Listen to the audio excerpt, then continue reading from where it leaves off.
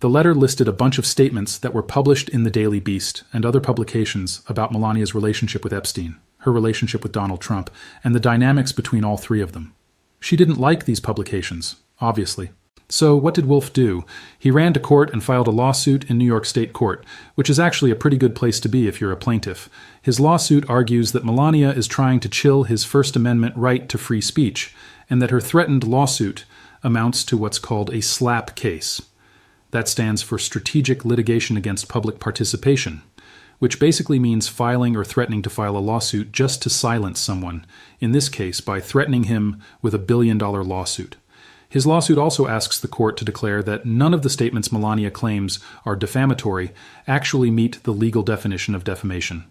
When you're accused of defamation, you have the right to have a court determine whether the statements in question are actually defamatory or not. Wolf is just doing it proactively, getting ahead of her threatened lawsuit. Melania obviously doesn't like this approach. Her legal team is arguing that sending a demand letter into New York isn't sufficient to give the federal court jurisdiction over her. And finally, they're claiming that Wolf's declaratory judgment action should fail because it's improper. They're saying these statements happened in the past and you can't get a court to make declarations about past events.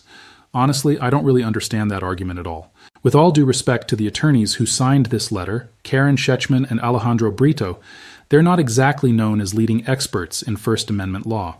Looking at Karen Shechman's professional background, she primarily practices securities litigation.